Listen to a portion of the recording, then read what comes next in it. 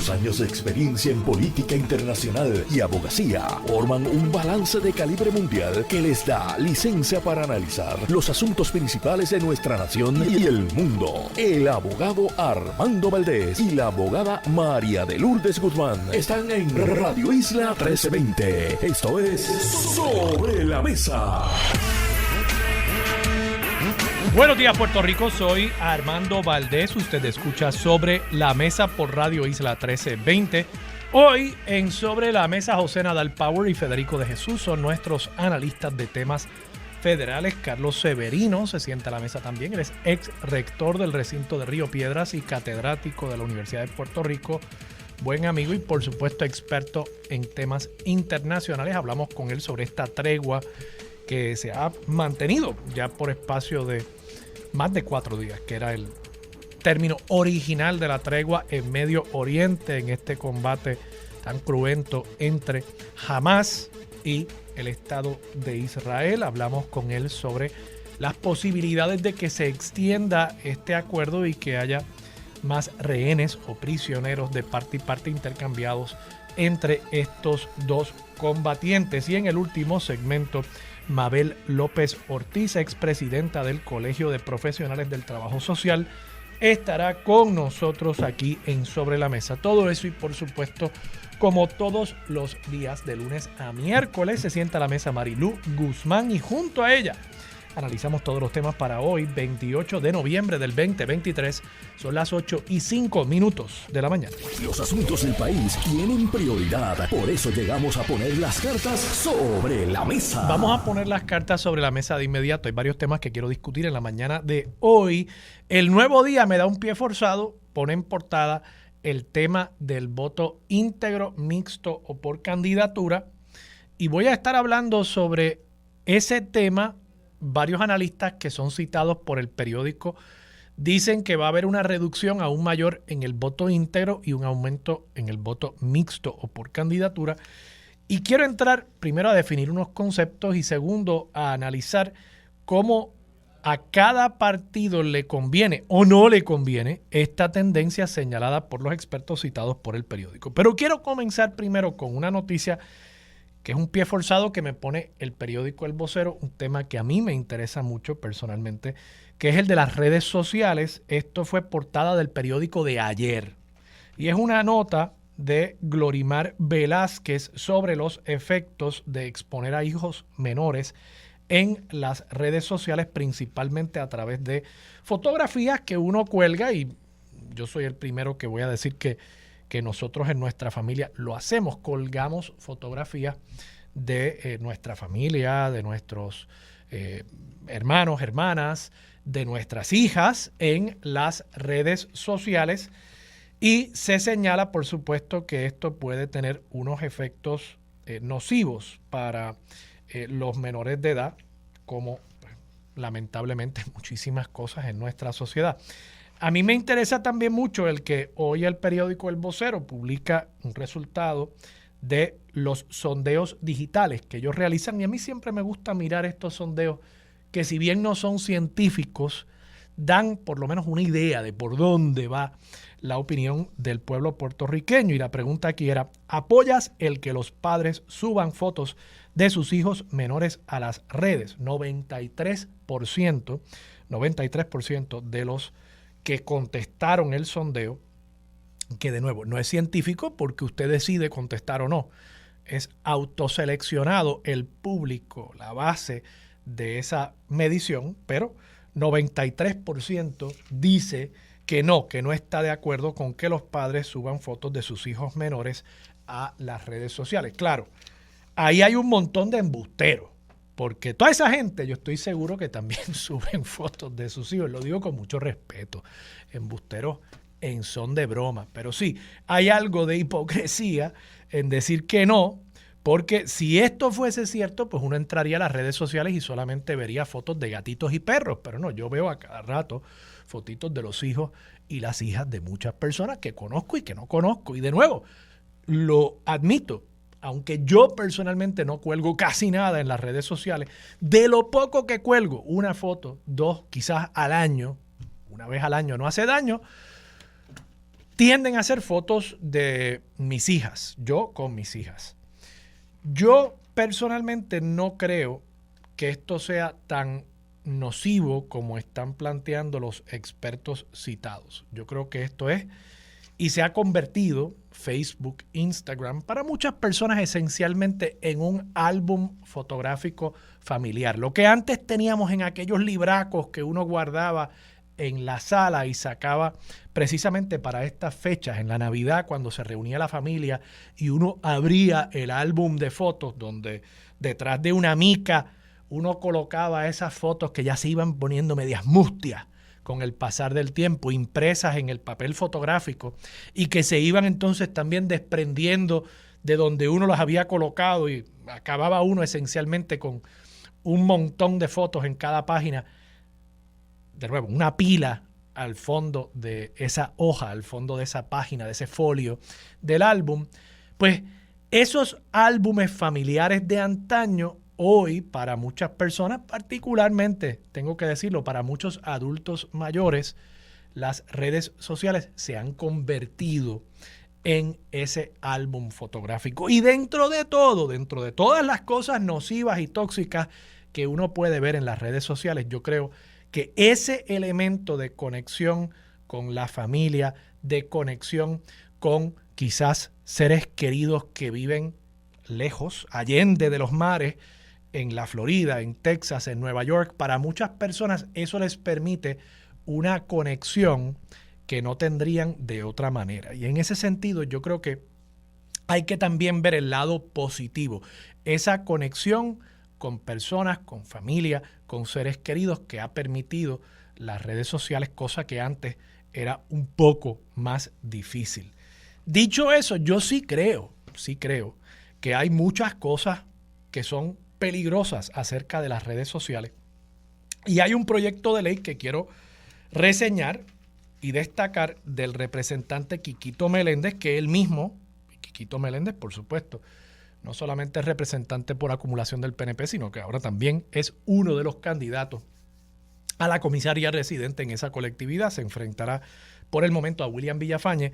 Él ha solicitado que se considere con urgencia para que el Senado atienda un proyecto de su autoría, el proyecto de la Cámara 262, que establece los 16 años como la edad mínima en Puerto Rico para que una persona pueda activar una cuenta en cualquier plataforma o red social. Y yo entiendo que por ahí es donde deberíamos estar principalmente preocupados con el tema de los menores de edad y las redes sociales y los teléfonos y equipos electrónicos en general.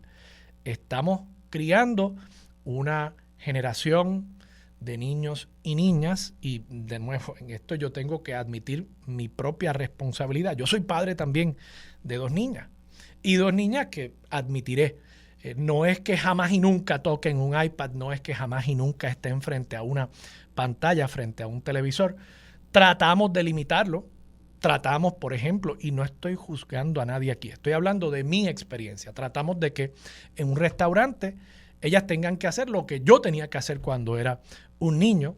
Claro, no existía en aquel momento un teléfono celular, un iPad, una tableta, pero yo tenía que sentarme ahí a escuchar la conversación de mis padres, a escuchar la conversación de mis adultos. Y claro, en mi familia en particular, pues yo era invitado y se aceptaba el que yo interviniese en esa conversación y creo que parte de mi desarrollo como ser humano, como adulto hoy, se da precisamente por esa latitud que me daban mis padres y los adultos en mi vida para que yo opinara también, a pesar de que, claro, como niño, pues uno a veces no tiene todo el contexto, no tiene todos los datos para opinar informadamente. Pero bueno, igual tampoco yo hoy a los 44 años de edad, así que ¿de qué estamos hablando? Así que sí, yo creo que uno tiene que tratar de limitar el acceso de los menores a esas pantallas. Uno tiene que provocar que los menores salgan y jueguen y tengan más actividad física, que no se promueva el sedentarismo. Y además está el elemento de que en las redes sociales, y esto precisamente hay un caso de 41 estados contra Facebook, Puerto Rico no es parte de ese caso, no sé por qué, 41 estados contra la empresa matriz de Facebook, que ahora se llama Meta, llevando una causa de acción por precisamente el hecho de que la empresa tiene estudios que apuntan a lo tóxico, a lo nocivo de la exposición de los menores de edad a las redes sociales, específicamente a Facebook, y en el caso de las niñas adolescentes, de las niñas menores de edad, a Instagram. ¿Por qué? En el caso de las niñas, porque están expuestas continuamente en esa red social a un estándar de belleza virtualmente imposible y a un estándar de belleza realmente irreal, porque es un estándar de belleza fijado por unos filtros, por unas ediciones de esas fotos que hacen ver que la persona es de una manera que realmente no es. Y entonces cuando las, particularmente niñas adolescentes, ven esas cinturas imposibles, ven esos bustos imposibles, ven esa cara perfilada imposible, y sí, todo esto es lo que ven precisamente, aunque no puedan necesariamente verbalizarlo, entonces aspiran a ese estándar de belleza imposible, irreal, y al no atenerlo, al no lograrlo, eventualmente eso va causando una serie de problemas en la salud mental de esas menores. Igual pasa en otras instancias también con los varones, con los niños. Así que esa parte, ese elemento de cómo las redes sociales convierten a nuestros hijos en adictos a ese contenido interminable digital que proveemos para colmo el resto de nosotros. O sea, lo increíble de todo esto es que no se han convertido adictos a un programa de televisión, que hubo unos artistas ahí que se dedicaron a escribir un libreto y unos actores que se dedicaron a la protagonización de esas obras de arte. No, estamos hablando de que todos nosotros le proveemos gratuitamente contenido a estas plataformas para que entonces ellos utilicen ese contenido gratuito provisto por nosotros sin compensación a los creadores del contenido, salvo por 2 o 3 influencers que sí generan ingresos de proveerle contenido a esas redes,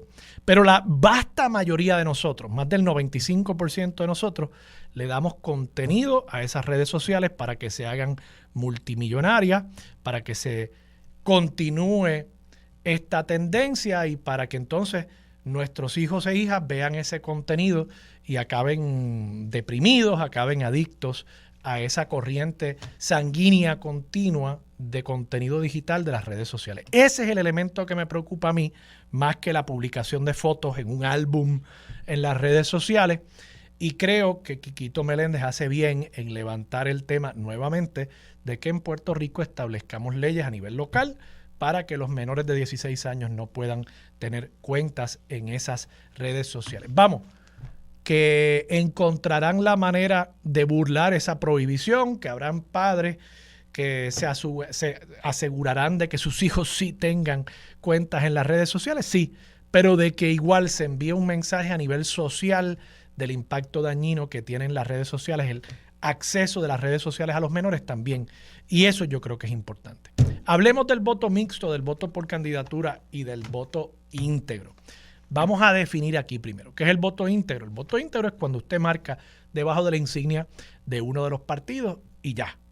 Y simplemente usted está dando por buenos los candidatos que aparecen bajo esa insignia. En el caso de la papeleta estatal, usted está votando en esa circunstancia, usted está votando por el candidato de su partido para gobernador y para comisionado residente. En la papeleta municipal, por el alcalde y toda la plancha de candidatos a legisladores municipales de ese alcalde. Y en la legislativa es un poquito más complejo.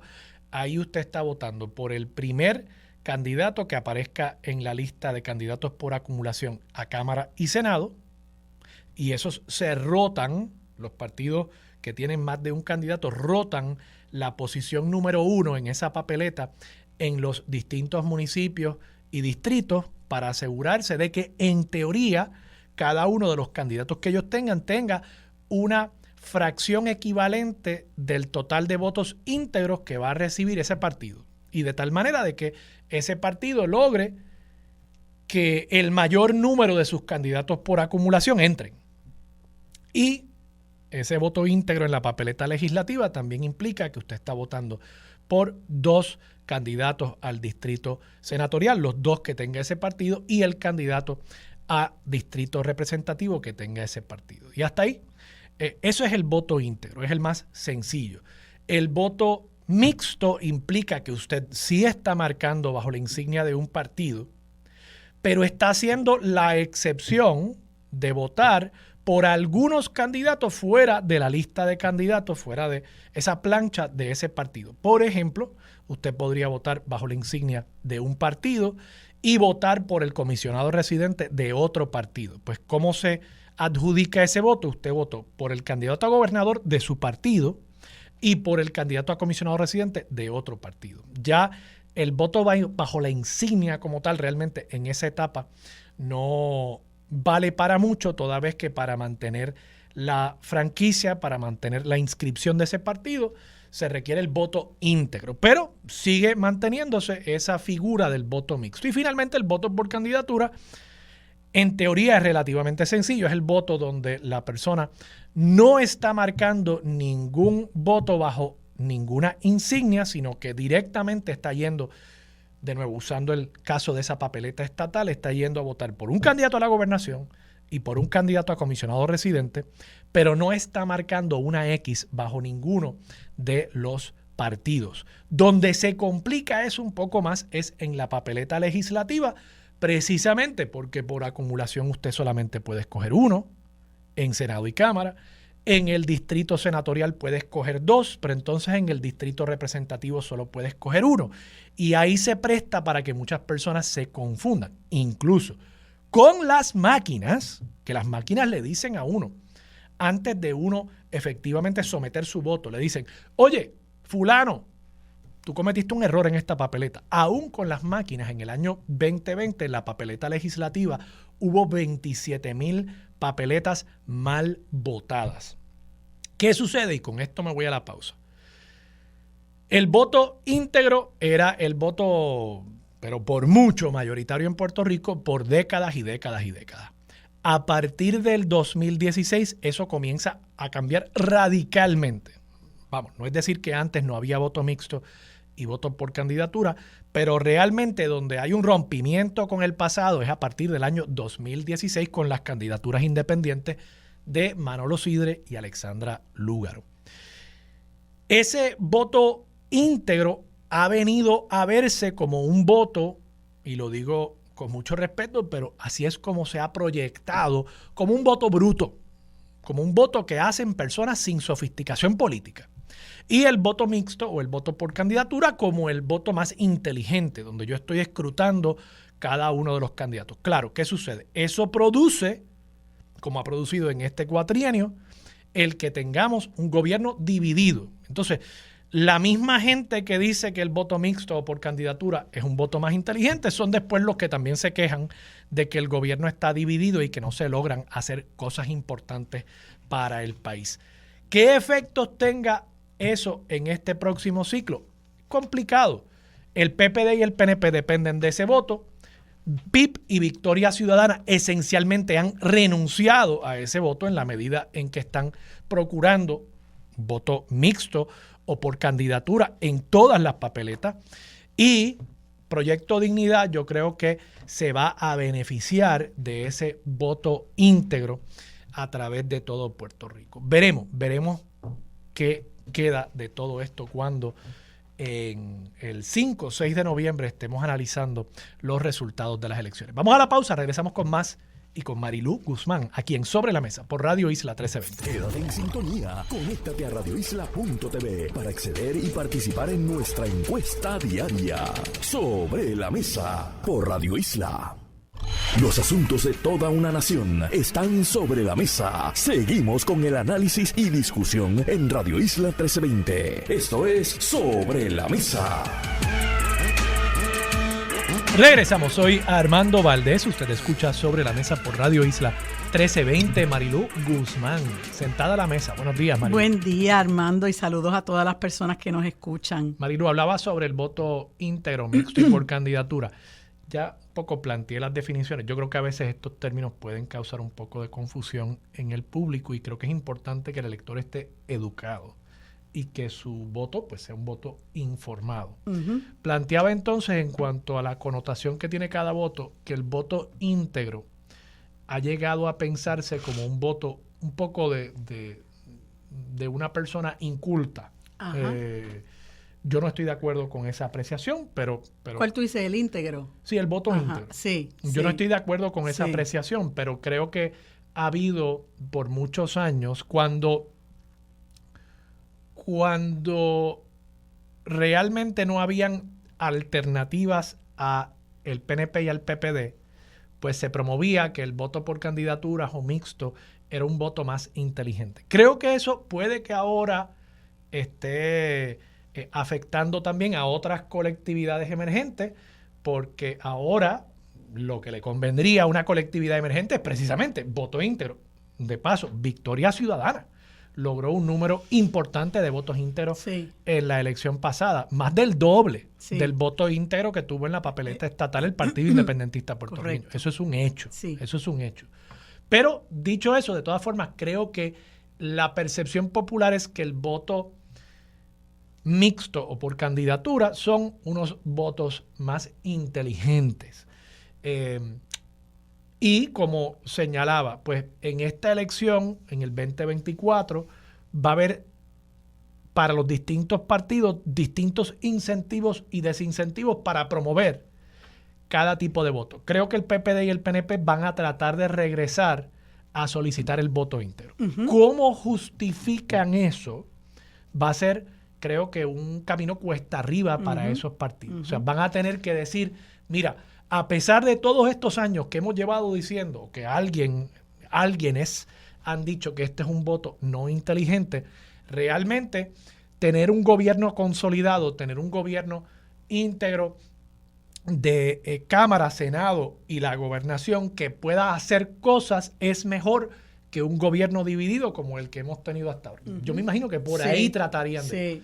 Victoria Ciudadana y el PIB, por otro lado, no van a pedir el voto íntegro. Claro. Lo cual es una apuesta arriesgada y valiente, hay que decirlo, porque se enfrentan a perder sus franquicias electorales. Porque para mantener la franquicia tienes que sacar por lo menos alguna de las categorías de franquicia, tienes que mantener por lo menos un 2% del voto íntegro. Victoria y el PIB, en la medida en que se van a endosar de manera cruzada, comisionado residente y gobernador, pues no van a estar pidiendo el voto íntegro. Así que ya ahí hay un elemento de riesgo. Y hay un elemento de riesgo mayor en la papeleta legislativa, donde hay una complejidad con esos endosos cruzados en distintos pueblos. Por ejemplo, senadores por distrito, donde cada partido va a postular uno, o sea que las personas van a tener que buscar uno y uno, cruzando entre dos columnas partidistas distintas. Y entonces tenemos Proyecto Dignidad, que yo creo que sí va a pedir un voto íntegro, y va a ser interesante ver cómo ellos logran, ¿verdad? Cómo logran ese objetivo de seguir creciendo con un voto íntegro, a pesar de que para ellos, como en la papeleta legislativa están postulando solamente uno por acumulación en cada cuerpo, es menos importante. Ahí, y con esto te paso el micrófono, sigo con mi signo de interrogación acerca de cómo Victoria Ciudadana, que es partido emergente y que está postulando 2 por acumulación en Cámara y Senado, ¿cuál es cómo van realmente a lograr que esas dos personas salgan cuando no se está pidiendo un voto íntegro? Porque el voto íntegro en esa papeleta para los candidatos por acumulación ha sido tradicionalmente crucial. Es la manera en que tú logras colar a toda tu plancha. Así que eso para mí queda como un interrogante en esta apuesta arriesgada que están haciendo Victoria y el PIB. Pues mira, la realidad es que la apuesta, como tú decías, es arriesgada y valiente, pero no nos quedaba de otra. Luego de haber intentado las enmiendas al Código Electoral, que fueron entorpecidas por el bipartidismo, y luego de haber intentado, por lo menos hasta el Tribunal de Apelaciones, que se declararan inconstitucionales las prohibiciones contra las candidaturas coaligadas y las alianzas electorales. Así que hubo que ser creativo. Y sí es arriesgado y requiere de mucha educación para que todos aprendamos cómo debemos votar para apoyar a los candidatos de la alianza. En el caso de la papeleta estatal, porque, ¿verdad? Como sabe nuestro público, son 3 papeletas, la estatal, la legislativa y la municipal. En el caso de la estatal, bueno, pues habría que hacer un voto mixto, sí, el voto por la candidatura Juan Dalmau, los que militamos en el Movimiento Victoria Ciudadana, y el voto por Anaí Más Rivera Lacén, los que militan en el Partido Independentista Puertorriqueño. Eso no es muy difícil. Como bien señala la nota periodística a la que tú te referías, y particularmente el experto en asuntos electorales, Manuel Álvarez Rivera, pues es un voto que ha venido creciendo y que responde precisamente al disgusto y al desagrado de los electores con las ejecutorias de los partidos que han estado en el poder. Y ellos mismos han empezado a crear, la propia gente se ha empezado a educar sobre cómo votar mixto. Así que va a ser mucho más fácil, no fácil, ¿verdad? Pero mucho más ilustrativo el que no tenga usted que estar buscando por su cuenta cómo hacerlo, sino que usted tenga un mecanismo, ¿verdad?, que será construido por la Alianza de País para que la gente vote mixto en esa papeleta estatal particularmente. La papeleta municipal, bueno, es una papeleta donde usted va a votar por el alcalde de su preferencia y su equipo de trabajo, lo que llaman plancha en la legislatura municipal. Me resulta muy curioso una expresión que hace el señor Álvarez Rivera en el sentido de que mucha gente en los municipios únicamente vota por el alcalde, y allá que se las arregle, según dice la nota, allá que se las arregle él con la legislatura municipal, porque también la gente está convencida de que la mayor parte de las legislaturas municipales en este país se han convertido en sellos de goma de los alcaldes, y eso es algo que hay que combatir. De ahí la importancia de que partidos que han llamado minoritarios hayan logrado colocar legisladores municipales en las asambleas legislativas, porque son los que enfrentan realmente ese monstruo que es el alcalde con su plancha. Y eso ha pasado en la legislatura municipal de Vega Baja, con el legislador municipal de Victoria, Win Marrero, con la compañera Yamira Colón en Dorado, con el compañero Rafael Hernández Lázaro, José Hernández Lázaro en Ponce, la compañera Ani Ponce en Humacao, y así por el estilo. Muchos compañeros que lograron acceder a legislaturas municipales y están combatiendo lo que antes se hacía a espaldas del pueblo, en cuartos oscuros,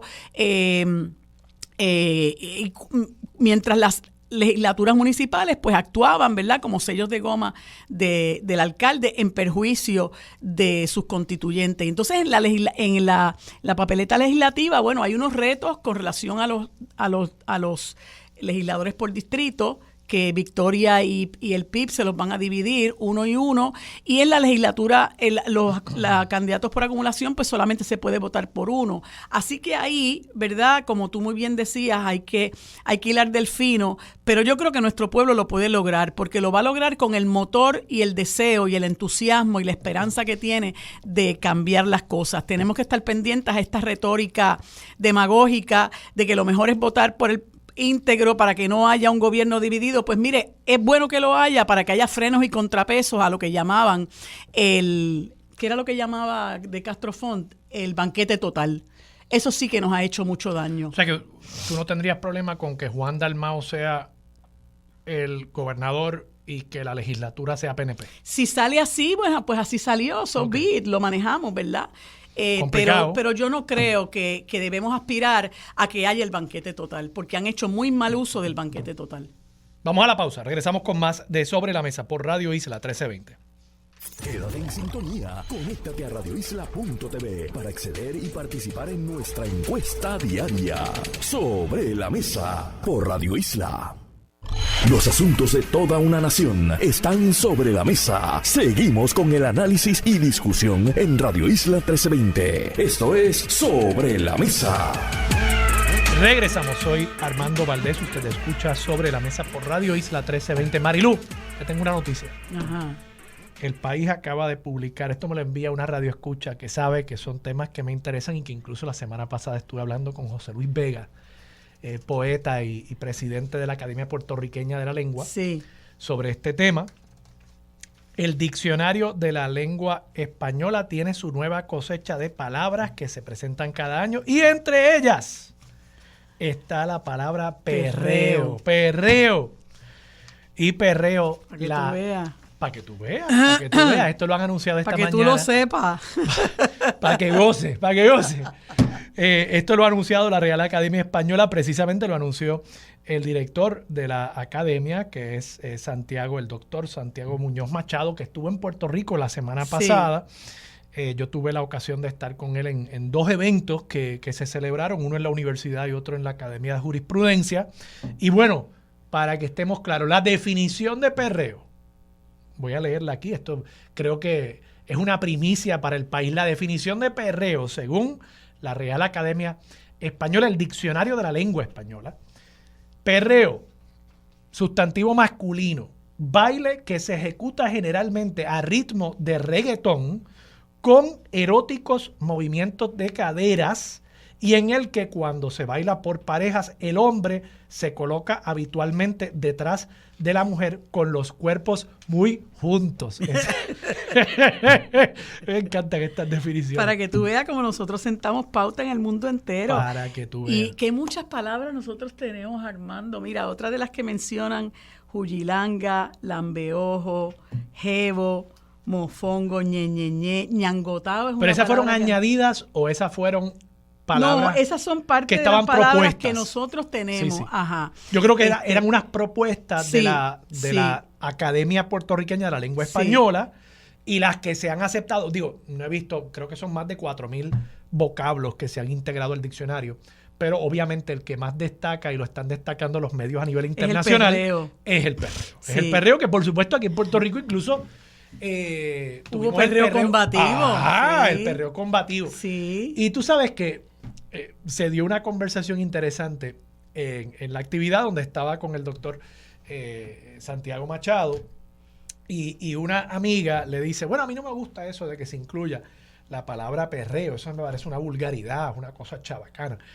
Y lo que dijo el director de la academia es que precisamente uno tiene que entender que el diccionario y la Real Academia y la Academia Puertorriqueña no son cuerpos que establezcan un juicio valorativo de las palabras. Unos juicios valorativos ni que establezcan lo que es correcto o lo que no es correcto. Sí.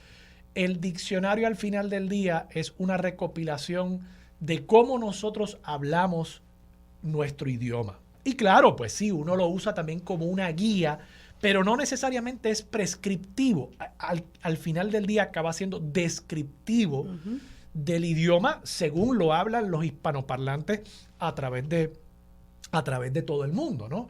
Y mencionaba también, por ejemplo, digamos que la palabra perreo en un momento cayese en desuso y de aquí a 300 años algún historiador encontrara un artículo de periódico y leyera que en el verano del 2019, en San Juan de Puerto Rico, frente a la catedral, hubo un perreo combativo. Entonces, ¿qué va a decir ese historiador si contemporáneamente nosotros no recogimos el significado de esa palabra, perreo? Claro. ¿Cómo ese historiador va a entender lo que significa un perreo combativo? Bueno, pues un poco también sirve ese propósito el diccionario. Sí. Hay palabras, mira, hay una palabra que aquí es muy vulgar, empieza con B de bueno y termina con CO, y tiene unas connotaciones sexuales, ya. Y tú la puedes buscar en el diccionario y tiene otras acepciones. O sea, el hecho de que en Puerto Rico sea una palabra vulgar no quiere decir que ellos no la van a recoger porque tiene otras acepciones en otro país y te permite a ti saber qué quiere decir esta gente cuando en el país tal hablan de eso, ¿verdad?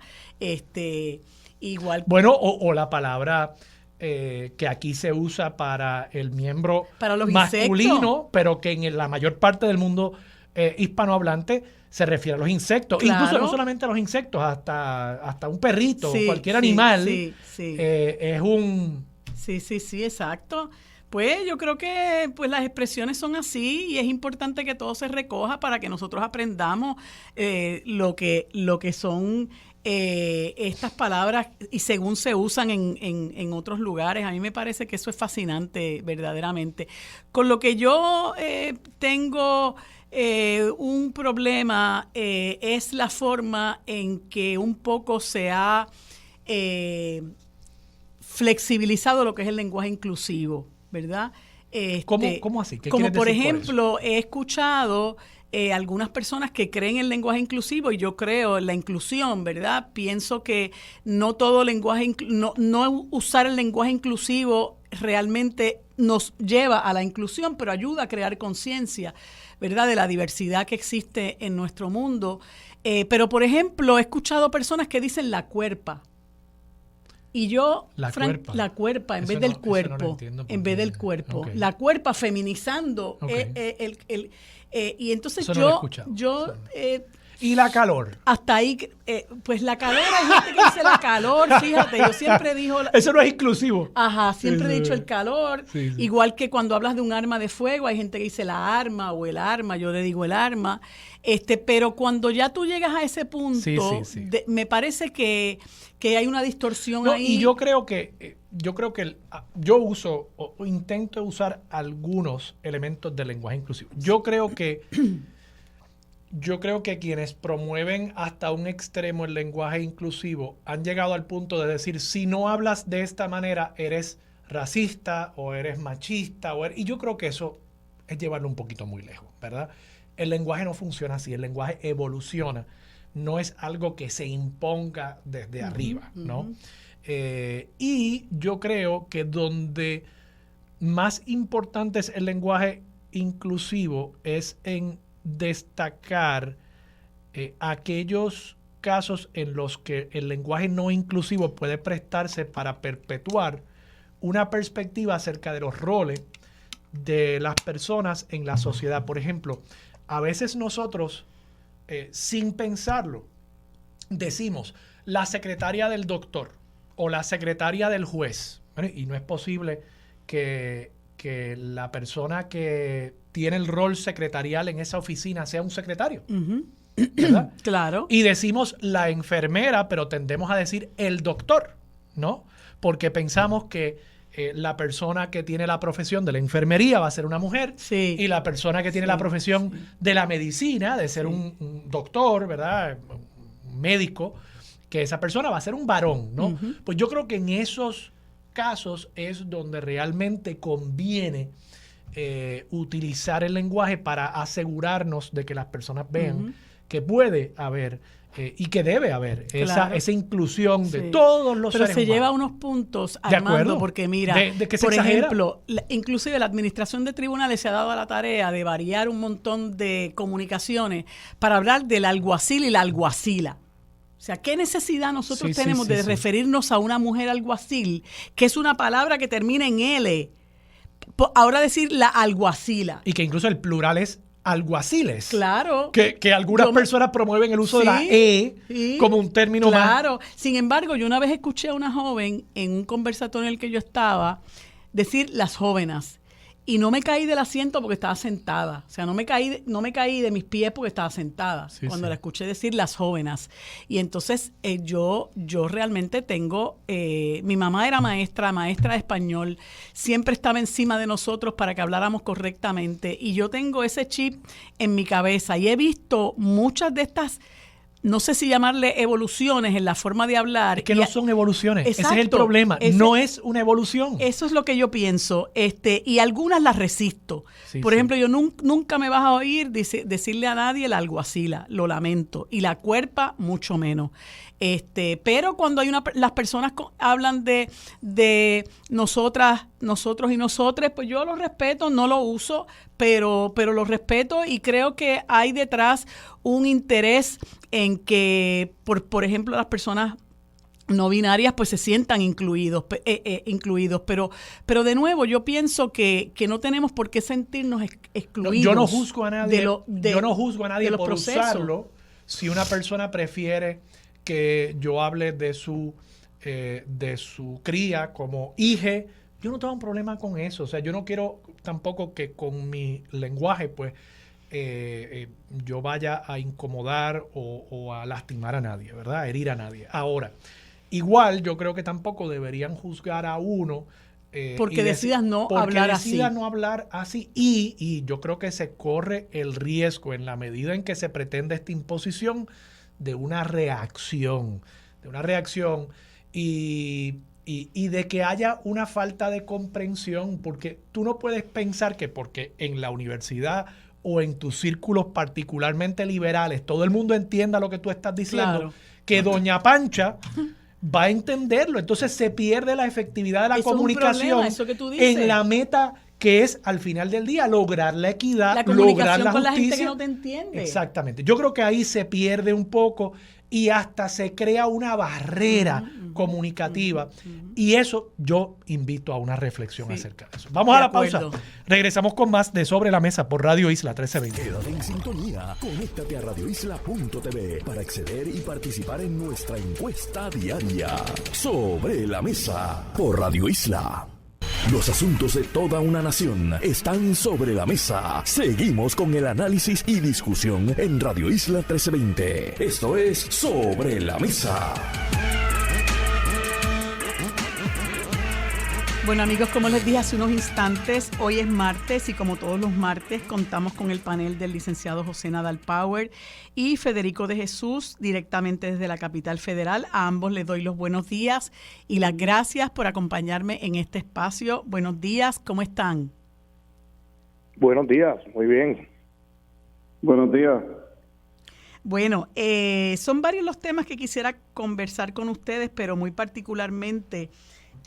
ustedes saben que mucho se ha discutido de la calidad del sector republicano en la política estadounidense y ciertos personajes que han aflorado y que están, bueno, haciendo política pública en los Estados Unidos y promoviendo discursos de odio, entorpeciendo que se tomen ciertas medidas, como por ejemplo la regulación de la aportación de armas de fuego, y tenemos personajes como Lauren Boebert, que creo que es de Colorado, y está esta otra señora que le faltan 4 tornillos por lo menos, Marjorie Taylor Greene. Y entonces ahora surge esta situación con este personaje, George Santos, a quien debemos destacar que la comisionada residente Jennifer González apoyó en su campaña, publicó videos y todo favoreciéndole en su campaña a la Cámara de Representantes por el Partido Republicano.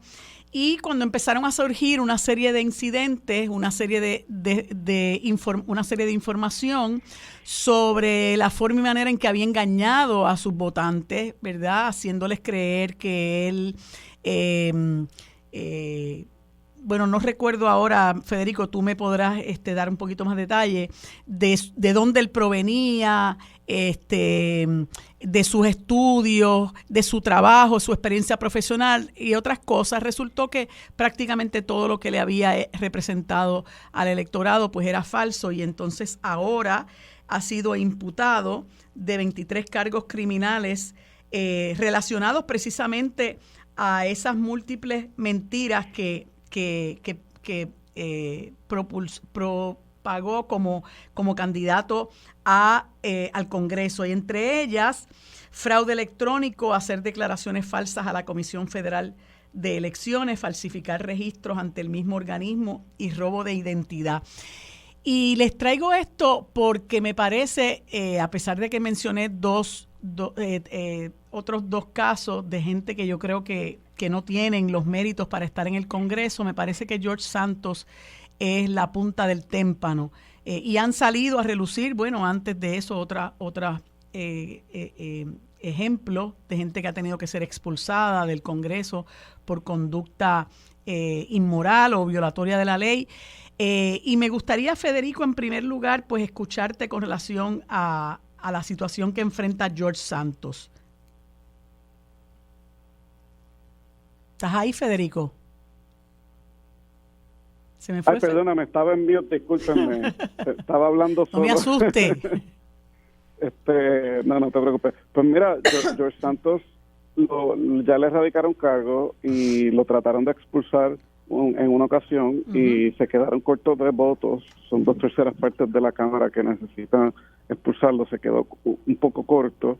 Entonces le radicaron más cargos por básicamente usar fondos de la campaña para gastos personales como carteras Gucci, usar una suscripción de OnlyFans, que es un website de contenido adulto. O sea, una serie de cosas que son tan y tan ridículas si no fuera porque es un servidor público y usó dinero ajeno para cosas personales. Y el Comité de Ética del Congreso emitió un segundo informe con estas revelaciones y el presidente del Comité de Ética, que es republicano, radicó otra resolución para expulsarlo, una moción, perdón, y esa moción se va a ver esta semana y el mismo George Santos ha dicho que él cree que ya sus días están contados. Ya le había anunciado que no va a correr para la elección en un distrito en Long Island, en la parte de Nueva York, que es moderada. Él había dicho, él es, ¿verdad? Dice que es abiertamente homosexual, él es brasilero, él había dicho que era judío, y entonces cuando le confrontaron le dijeron, mira, tú no eres judío nada. Él dijo, bueno, yo dije que yo era Jewish, o sea, como, pues yo soy un poquito judío. O sea, es de verdad ridículo. No, un comediante no pudo haber escrito mejor libreto, pero obviamente pone el Partido Republicano en una situación bien difícil, no solamente porque es otro escándalo en sus filas, sino también porque es que el margen de la mayoría republicana en la Cámara es de 4 votos, y con un voto menos en una elección especial potencialmente que pueden ganar los demócratas si los expulsan, pues tú sabes, necesitan ese voto, y por eso es que Kevin McCarthy contaba con él y él votó a favor de él.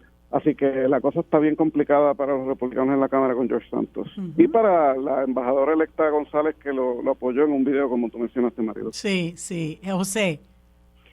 Mira, no, de acuerdo. Aquí lo delicado para los republicanos es que tienen una mayoría tan finita, ¿no? Tan pequeña, o sea, tan corta, ¿no? En la Cámara, que cualquier voto que pierdan, pues puede ser decisivo, ¿no? Y en este caso, pues, estamos hablando de un distrito en el que Biden ganó en el 2020, allí en Long Island, en Nueva York. Seguramente los demócratas puedan eventualmente pues recuperar esa silla, ¿no? Así como otras del estado de Nueva York que se perdieron sorpresivamente en el 2022. Por lo tanto, pues ciertamente, en términos de estrategia política para los demócratas es una gran noticia que se pueda residenciar a George Santos, como ya ustedes mencionaron, es un mentiroso patológico. Mintió sobre su resumen, que trabajó en Goldman Sachs, y era mentira sobre sus credenciales académicas. Bueno, sobre todo en su vida mintió. No se sabe todavía tan claramente de dónde provenían sus ingresos. Sabemos que sí, que se robó algún dinero, lo mal utilizó de la campaña, pero todavía hay tantas lagunas, ¿no? Y esta persona, lo único que él tiene razón es cuando manifestó la semana pasada que él no es el único mentiroso en el Congreso. Sabemos que hay muchos más, y personas que han mentido sobre su trasfondo, ¿no? Etcétera. Pero la realidad es que esto es un caso ya, pues, extremo, ¿no? Y no es nada bueno para los republicanos en estos momentos. Bueno, mira quién tienen como mentor a Donald Trump, ¿verdad? Que incluso plantea, Federico, que no debe mantenerse una orden de mordaza porque él insulte a un juez y a un oficial jurídico en el juicio que se conduce contra él por fraude, ¿verdad? Que sencillamente ese fraude no es otra cosa que mentir. El caso ese en el que él alteró las valoraciones de sus propiedades para poder obtener préstamos, etcétera. Así que lamentablemente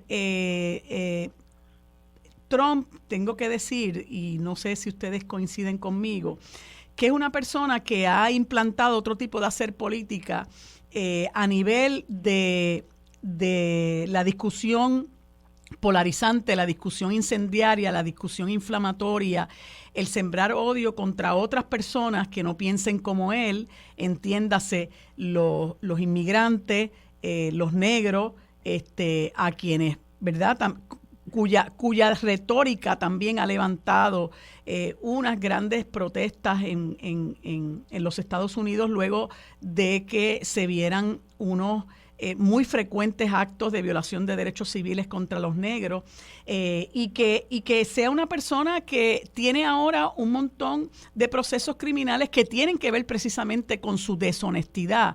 Así que el tú ver que haya tantas personas apoyando a Donald Trump y que sea ahora mismo prácticamente un candidato indiscutible con esa trayectoria, que sea prácticamente un candidato indiscutible a la presidencia de los Estados Unidos nuevamente, pues es muy preocupante, y como lo hemos dicho en muchas ocasiones aquí, deja mucho que desear de ese sector numerosísimo de estadounidenses que no les importa realmente tener a un bandido, ¿verdad? Lo que llaman en inglés un crook, como candidato a la presidencia, y que no es nada que sea desconocido para los estadounidenses ni para el mundo. Ya lo hemos visto en sus pasados 4 años y todo el mundo sabe cómo ese país cambió, ¿verdad? Cambió en términos de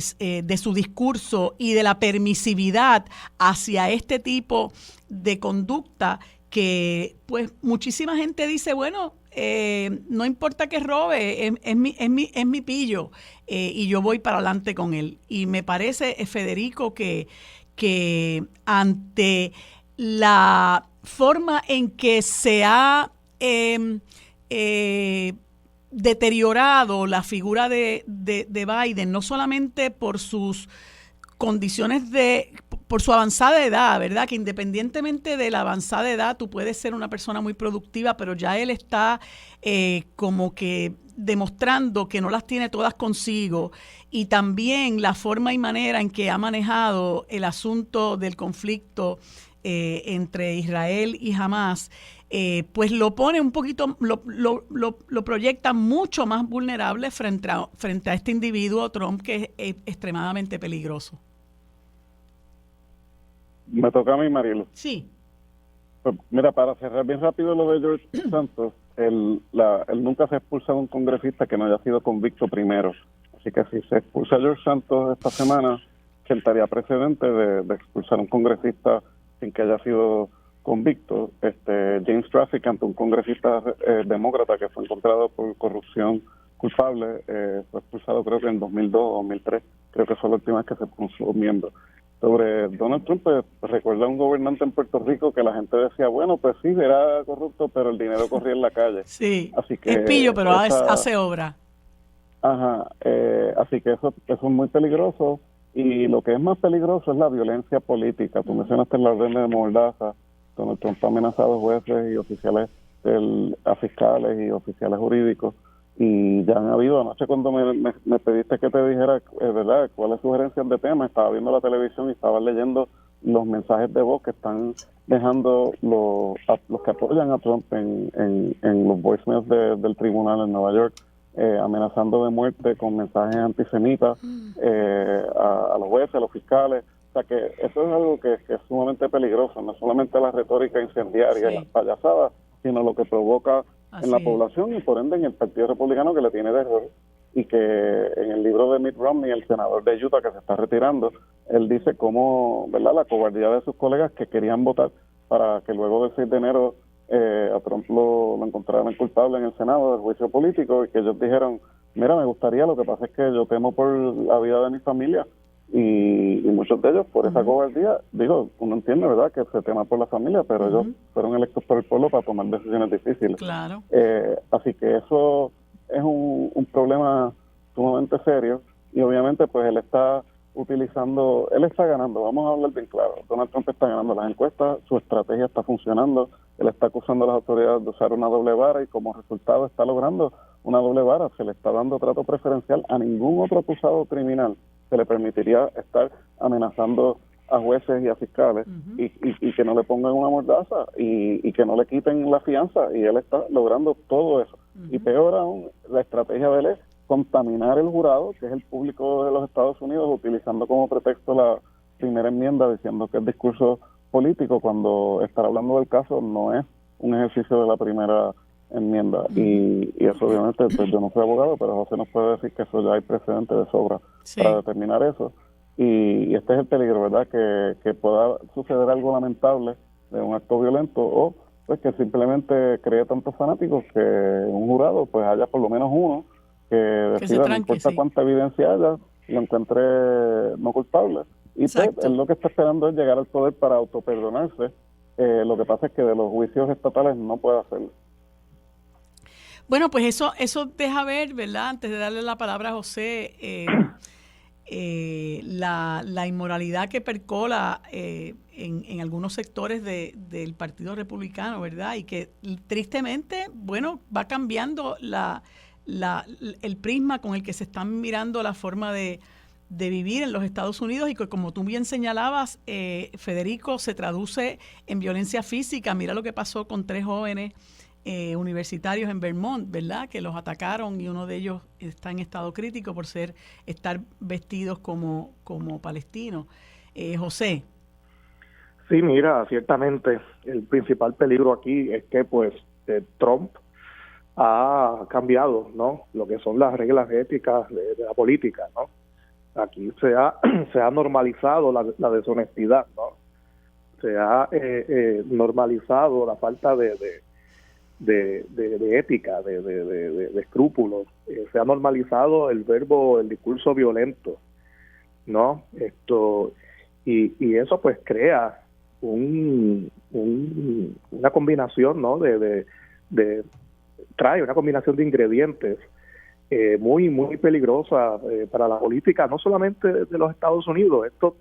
Esto ha tenido un efecto de propagación, ¿no? En otros países, ¿no? Las posiciones extremas que se asumen por muchos movimientos políticos. Mira Argentina, en estos momentos, lo que pasó con Bolsonaro en Brasil, son personas que vienen a la política envalentonadas por Trump, porque dicen, espérate, si a Trump le ha ido bien con estos discursos en los Estados Unidos, pues vamos a experimentar nosotros también aquí en nuestro país. Y esa propagación, ¿no?, del trumpismo, pues es sumamente dañina, ¿no?, para la política, para el debate que tiene que darse honesto sobre las distintas ideas.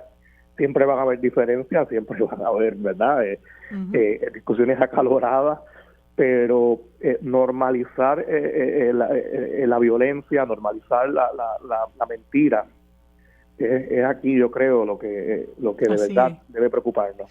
Y hablando de normalizar la mentira, se convirtió, yo no sé si en viral, ¿verdad?, pero ya lo he visto, he reposteado bastantes veces, unas expresiones de Kevin McCarthy en una actividad que pareciera ser, no sé, una actividad, están todos en frac, donde él está dirigiéndose a la concurrencia y dice: piensen por un momento, en cada guerra que ha peleado los Estados Unidos, nunca hemos pedido que se nos entregue tierra después de la guerra, salvo aquella tierra necesaria para enterrar a aquellos americanos que dieron el último sacrificio por la libertad. Y entonces Nidia Velázquez le contesta y dice: los puertorriqueños seguramente difieren.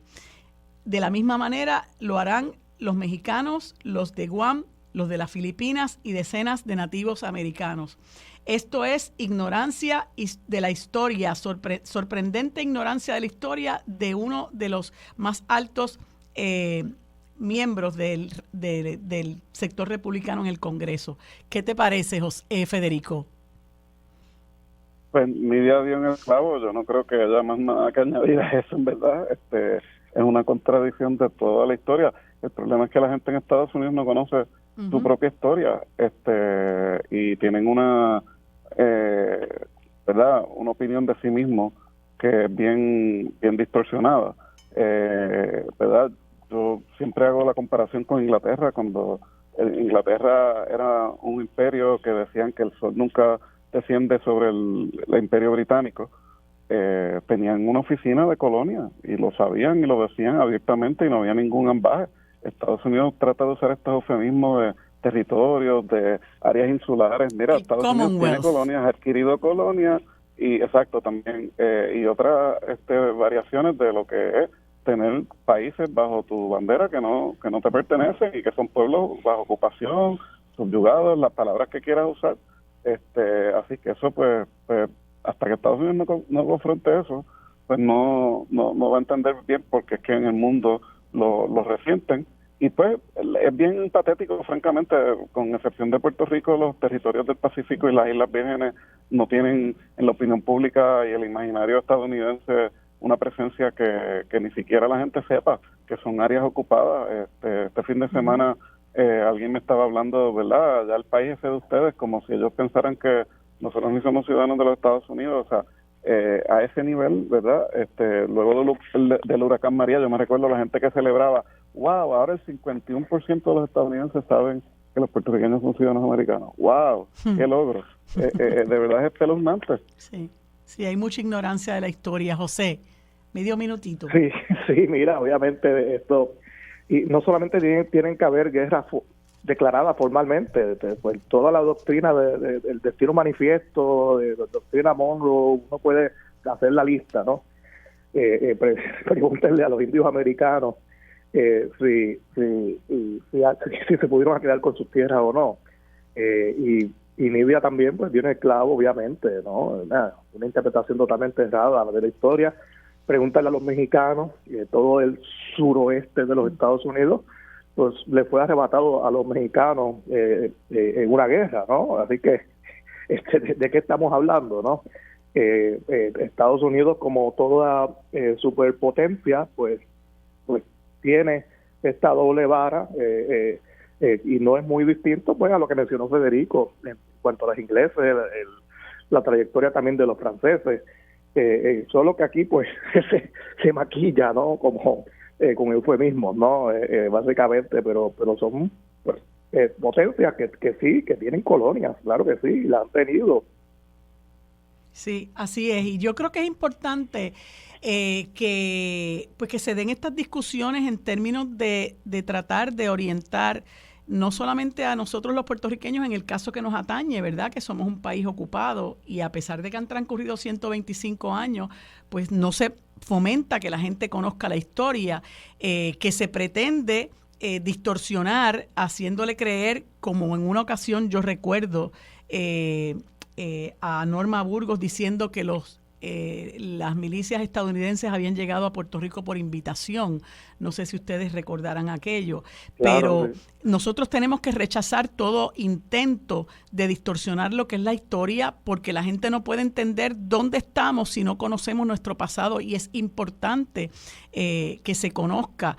Y los estadounidenses, muchísimos de ellos, ¿verdad? No todos, no son la excepción, desconocen lo que es la historia de nuestro país, desconocen incluso la propia historia de su país, y eso que señala Nidia Velázquez es muy cierto, ¿verdad? Como ellos se han agenciado muchísimos territorios, muchísimos países, lo que ha ocurrido en términos de esa política expansionista que, como señalaba José, pues también se promovió a través de esta doctrina Monroe. Así que pues es importante que donde quiera que podamos, ¿verdad?, pues podamos contribuir a esclarecer lo que es la historia real. Bueno, se me acaba el tiempo. Gracias a ambos por haber estado conmigo. Seguimos conversando el próximo martes. Que tengan buen día. Quédate en sintonía. Conéctate a radioisla.tv para acceder y participar en nuestra encuesta diaria. Sobre la mesa por Radio Isla. para discutir los temas sobre la mesa que impactan a todos los sectores del país. Se une a la mesa el destacado geógrafo y especialista en asuntos internacionales, el doctor Carlos Severino. Bueno, amigos, hoy es martes y como todos los martes conversamos de política internacional con el doctor Carlos Severino Valdés. Aquí le doy los buenos días y las gracias por estar un martes más conmigo en este espacio. Buenos días, Carlos, ¿cómo estás? Muy buenos días, Marilu. Buenos días a toda la radioaudiencia. Agradecido yo de estar aquí conversando contigo de estos temas tan interesantes. Pues cómo no, gracias nuevamente. Bueno, Carlos, el tema obligado, hoy es el 5º día de tregua entre el gobierno israelí, la milicia israelí y Hamas, y se ha dado un intercambio de rehenes, ¿verdad? Entre ellos, pues se han liberado presos palestinos, incluyendo niños, en cárceles israelitas, ¿verdad? Que es un dato que mucha gente desconoce, que en las cárceles israelitas se encuentran decenas, por decirlo menos, de niños encarcelados. Yo creo que es hace falta conocer mucho más de cómo se ha manejado esta situación de acoso y de apartheid que tiene el gobierno israelí contra el pueblo palestino. Pero uno se pregunta, los rehenes, bueno, son un número definido, los prisioneros también. ¿Qué va a pasar? ¿Cuánto tiempo más puede durar esto? Si termina el intercambio, ya Netanyahu ha dicho que su deseo es limpiar a Hamas de Gaza, ¿no? Como si, pues, él tuviera la potestad de decidir sobre lo que se hace sobre un territorio que sin duda ellos tienen asediado. ¿Cuánto más se puede sostener esto? Sí, yo creo que esa es la gran pregunta que está ahora mismo sobre la mesa. Yo creo que la aceptación rápida de una segunda periodo de tregua nos da claridad sobre esa pregunta. Y por supuesto, Israel, a pesar de que ha mantenido una retórica muy fuerte sobre lo que va a pasar después de acabada la primera o la segunda tregua, que ya estamos en la segunda tregua, pues que va a acabar con Gaza. Pero yo creo que no es tan sencillo, las cosas no se han puesto sencillas. Históricamente, Mariluz, los conflictos en esta zona, aún en 75 años, han sido conflictos cortos, no han sido conflictos que han durado mucho tiempo. Uh-huh. La beligerancia está allí, ¿no? en potencia, pero han sido muchos conflictos que han durado realmente poco, y ahora posiblemente tenga la inconveniencia para el gobierno israelí de que esto puede durar más. Yo creo que cuando Hamas hizo su acto el día 7 de octubre pasado, con el cual comenzó toda esta circunstancia que ha arropado la política mundial, lo hizo con conocimiento de causa y lo hizo con conocimiento de lo que venía, y que se prepararon y estaban dispuestos, incluso yo estoy seguro que a pagar un alto costo por avanzar. De alguna manera, jamás se puede decir, pese a muchas otras cosas, que ha alcanzado en este momento uno de sus grandes objetivos. Uno de los grandes objetivos de Hamas es que ha pasado de ser un grupo paria, un grupo tildado por todo el mundo como tres locos con tres fusiles y unos terroristas, a un grupo con el cual se está negociando. Uh-huh. Y eso ya cambia la situación para Hamas, porque para Israel ahora es sentarse a la mesa a conversar con Hamas directamente, como ha sucedido ahora. Así que ya esto es para Hamas es un triunfo importante. Para Israel está en veremos cuánto más puede Israel sostener esta campaña, que es muy costosa. Vamos a decir solamente que esto cuesta alrededor de $260 millones diarios. Wow. 260 millones de dólares diarios, 2.500 millones al mes.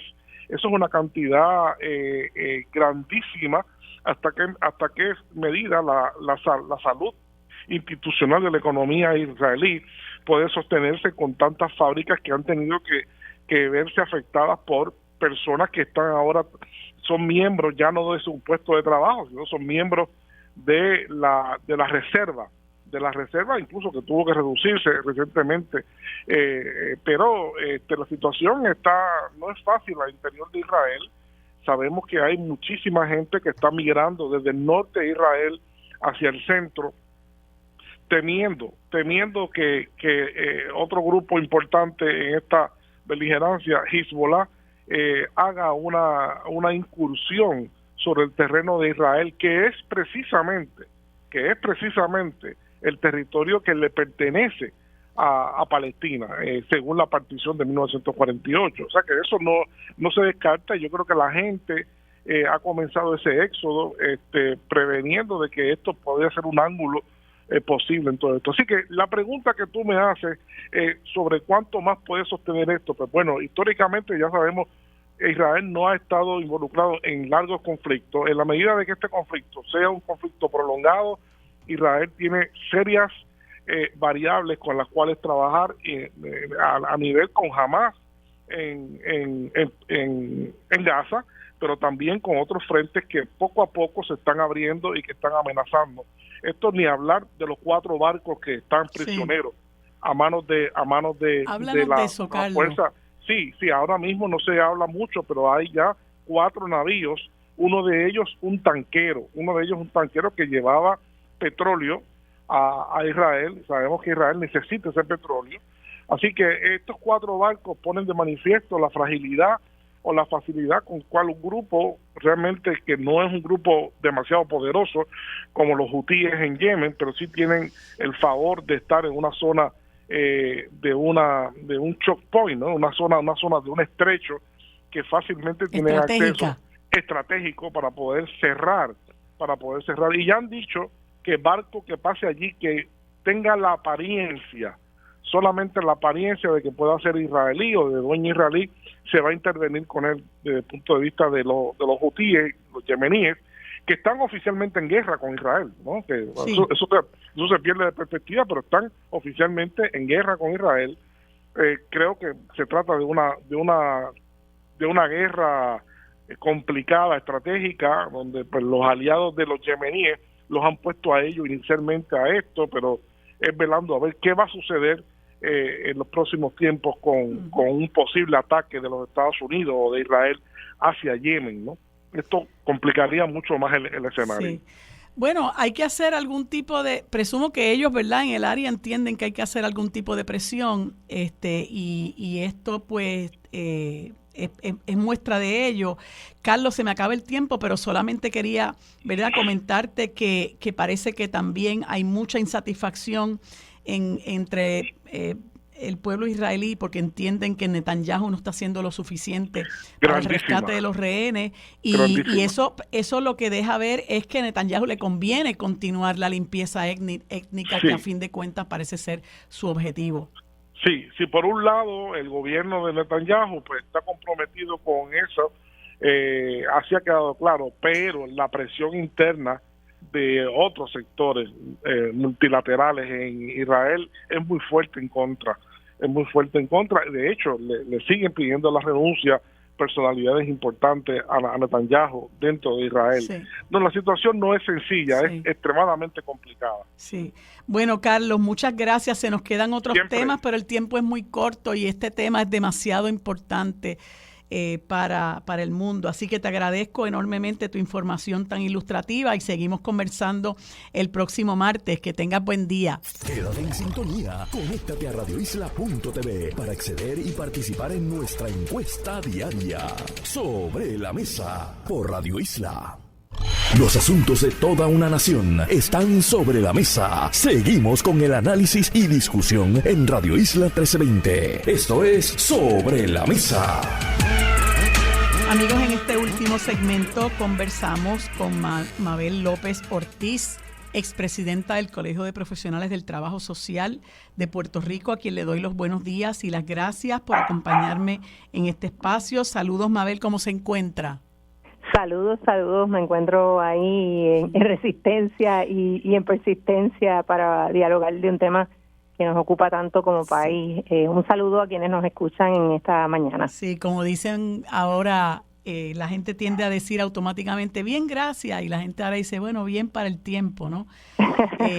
Así que estaba leyendo bastante, ¿verdad?, sobre este asunto de los feminicidios en Puerto Rico, la forma en que este problema se ha convertido en, como usted muy bien señala y señalan otras mujeres que son entrevistadas en un reportaje del periódico El Nuevo Día, en un mal social terrible, que tiene unas muy profundas raíces, pero que tiende a trabajarse de manera muy superficial. Y entonces, una de las cosas que usted señala en ese reportaje es que si bien se declaró un estado de emergencia en enero del 2021, que muchas personas celebramos, ¿verdad? Pues esto se ha quedado cojo, no se le ha dado seguimiento, el problema ha seguido atacándonos en nuestra sociedad de manera muy terrible, con todas las secuelas que eso trae en términos del dolor profundo que eso causa, el desfase que eso causa en las familias de las mujeres que son asesinadas de esta forma tan vil, los niños que quedan huérfanos, tiene unas secuelas muy terribles y bueno, todo aquel decreto de estado de emergencia que todavía se mantiene, pues no parece tener ningún tipo de efecto en paliar este problema. Incluso la propuesta de que se implantara el currículo con perspectiva de género se hizo sal y agua para ahora crear un currículo de equidad y respeto que leía el otro día que la Asociación de Maestros pues no está claro en qué representa eso. Y me gustaría que nos hablara sobre el tema, sobre las profundas raíces que tiene este problema, para que la gente cree conciencia, ¿no? Porque lo triste es que esto se siga normalizando, de manera de crear conciencia de que aquí en este país hay que hacer mucho más. Pues sí, mira, coincidimos en que esto es un problema sistémico, estructural, y me gustaría explicarle un poquito a la gente qué quiere decir eso.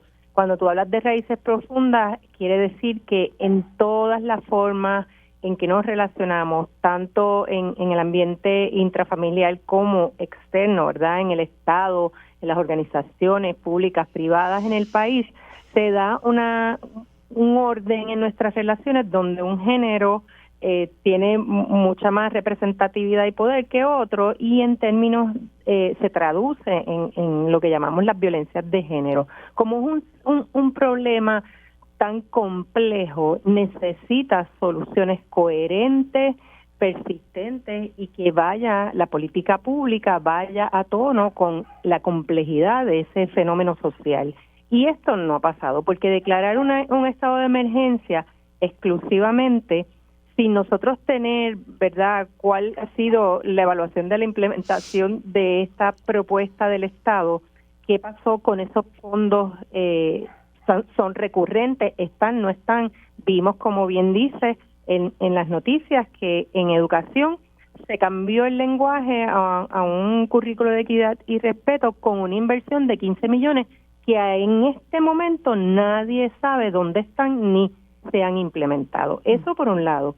Por otro lado, tenemos un grave problema de estadística. Cuando la política pública y la política social se implementa, debe partir de la cantidad de situaciones que pasan. Y el problema de la violencia de género en este país es un problema de salud pública, porque hay tantas mujeres, tantas personas en su representación del género, como tú bien dices, todas las familias, toda la sociedad, que vivimos esta situación, y es una violación de derechos humanos, y las estadísticas en este país que se necesitan para validar que haya una política pública y social coherente con este problema para atenderlo, no están claras. La policía tiene unas estadísticas, el Observatorio de Género y Equidad tiene otras que en este momento son tan dispares como decir que en el país han habido 65 feminicidios y 19 casos de estos íntimos, y todavía 33 que están bajo investigación. Y que la policía tenga otros números realmente es un grave problema para este llamado estado de emergencia. Y lo otro que nos preocupa es que no hemos visto una campaña de educación, como bien partimos a dialogar. Esto es un problema complejo, necesita mucha educación. Hemos visto un discurso y hay un movimiento de la gente a crear una conciencia social sobre este asunto, pero todavía falta mucho más. De esos feminicidios que se han dado en el contexto de una pareja, ¿verdad? Por eso le llamamos feminicidios íntimos. Muchos de ellos no tenían órdenes de protección, no estaban las parejas, ni habían solicitado ni una querella, ni solicitado ayuda. Muchas de estas mujeres murieron sin tener acompañamiento. Entonces, definitivamente aquí hay una situación muy compleja. Otro de los datos que me parece importante comentar es que casi todos estos feminicidios en el contexto de la relación e intimidad tuvieron o mediaron o se dieron a través de un arma de fuego, un arma de fuego que estaba legalmente, que la poseía este victimario. Sí. Entonces, o escuchamos también otras líneas de la política pública de querer cambiar a flexibilizar el uso de armas de fuego en el país. Entonces, es un problema complejo, requiere análisis profundo, y me consta que cuando se inició el trabajo con el Comité PARE, muchas de nuestras compañeras del sector público y privado unieron sus voluntades para cambiar y hacer propuestas, y están estas propuestas en la mesa. Lo que pasa es que no hay voluntad ni coherencia y no sabemos qué ha pasado. Sí.